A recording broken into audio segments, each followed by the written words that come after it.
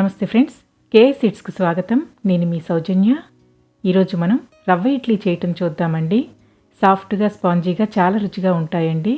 రవ్వతో రెగ్యులర్గా ఉప్మా చేస్తాం, కేసరి చేస్తాం, అదేవిధంగా మినపప్పుతో కలిపి రొట్టె కూడా చేస్తుంటాం. ఇప్పుడు మనం సింపుల్ ప్రాసెస్లో ఇడ్లీ చేయటం చూద్దామండి. చేయటం చాలా తేలిక, టేస్ట్ అయితే అద్భుతం. మరి ప్రాసెస్ చూసేద్దామా? కడాయిలో 1 టేబుల్ స్పూన్ నెయ్యి వేడి చేసుకోవాలి. నెయ్యి వేడయ్యాక గుప్పెడు జీడిపప్పు వేయించుకోవాలి. లో ఫ్లేమ్లో గోల్డెన్ కలర్కు వచ్చే వరకు వేయించాలండి. వేగాక బౌల్లోకి తీసుకోవాలి.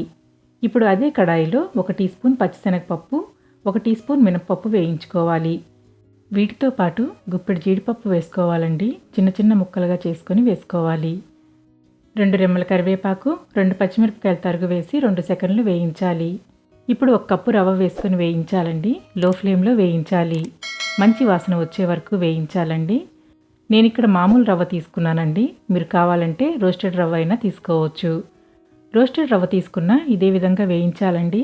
అప్పుడే ఇడ్లీ సాఫ్ట్గా టేస్టీగా ఉంటాయి. రవ్వ కలర్ చేంజ్ అవ్వకుండా చూసుకోవాలండి. మంచి వాసన వచ్చే వరకు వేయించుకుంటే సరిపోతుంది.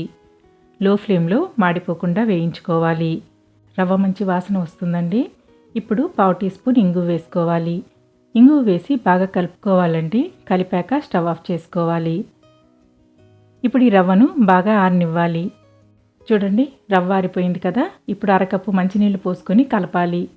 ఏ కప్పుతో రవ్వ తీసుకున్నారో అదే కప్పుతో అన్ని ఇంగ్రీడియంట్స్ తీసుకోవాలండి. బాగా కలిపాక పెరుగు వేసుకోవాలి. 3/4 కప్పు వేసుకోవాలండి. కమ్మని గడ్డ పెరుగు వేసుకోవాలి. పెరుగు అస్సలు పులవకూడదండి, కమ్మగా రుచిగా ఉండాలి. దీనితో పాటు 1 టీ స్పూన్ ఉప్పు వేసుకొని బాగా కలపాలి. ఉప్పు వేసుకుని బాగా కలిపి 15 నిమిషాలు పక్కనుంచాలండి. చూడండి, 15 నిమిషాలకు రవ్వ బాగా ఊరి గట్టిగా అయ్యింది. ఇప్పుడు ఇందులో నీళ్లు కలుపుకోవాలి. ఫస్ట్ పిండిని బాగా కలుపుకోవాలండి. కలుపుకొని ఇడ్లీ పిండి కన్సిస్టెన్సీ కోసం అవసరమైన నీళ్లు కలుపుకోవాలి. నీళ్లు ఒకేసారి వేయకుండా కొంచెం కొంచెం పోసుకోవాలండి. ఇడ్లీ పిండి కన్సిస్టెన్సీ కోసం కలుపుకోవాలి. చూడండి, ఈ విధంగా.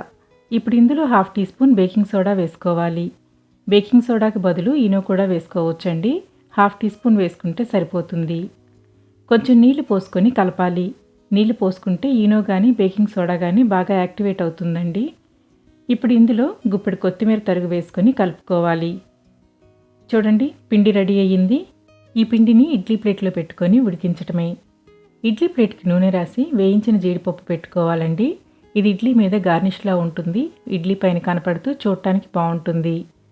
ఇప్పుడు ఇడ్లీ పిండి పెట్టుకొని ఉడికించాలండి. నార్మల్గా మనం ఇడ్లీ ఎలా ఉడికించుకుంటామో అదే విధంగా ఉడికించాలి.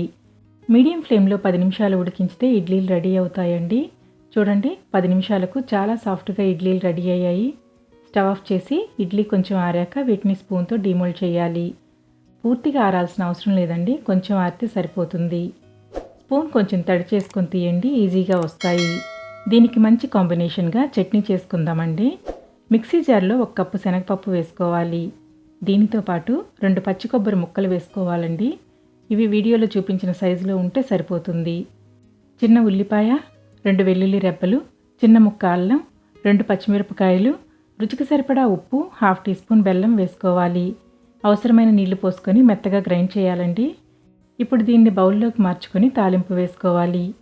తాలింపు కోసం ప్యాన్లో 1 టేబుల్ స్పూన్ నూనె వేడి చేసుకొని పోపు దినుసులు వేసుకోవాలండి. దీనితో పాటు కొంచెం కరివేపాకు, ఎండుమిరపకాయ, ఇంగువ వేసి స్టవ్ ఆఫ్ చేయాలి. ఎక్కువగా వేయించాల్సిన అవసరం లేదండి, నూనె వేడికి వేగిపోతాయి. వేడి కొంచెం తగ్గాక చట్నీలో కలుపుకోవాలి. ఇంతేనండి, చాలా టేస్టీగా చట్నీ తయారైంది. చూశారు కదా, మృదువైన ఇడ్లీకి రుచికరమైన చట్నీ. ట్రై చేయండి. ఇంట్లో ఉన్న అందరూ ఇష్టపడి తింటారండి. వీడియో నచ్చితే లైక్ చేయండి. తెలిసిన వారందరికీ షేర్ చేసి సపోర్ట్ చేయండి ఫ్రెండ్స్. ఇంకా సబ్స్క్రైబ్ చేయకపోతే ప్లీజ్ సబ్స్క్రైబ్ చేసి పక్కన ఉన్న బెల్ని ప్రెస్ చేసి ఆల్ని సెలెక్ట్ చేయండి. నేను పోస్ట్ చేసే ప్రతి వీడియో నోటిఫికేషన్ మీకు రెగ్యులర్గా వస్తుంది. Thank you for watching.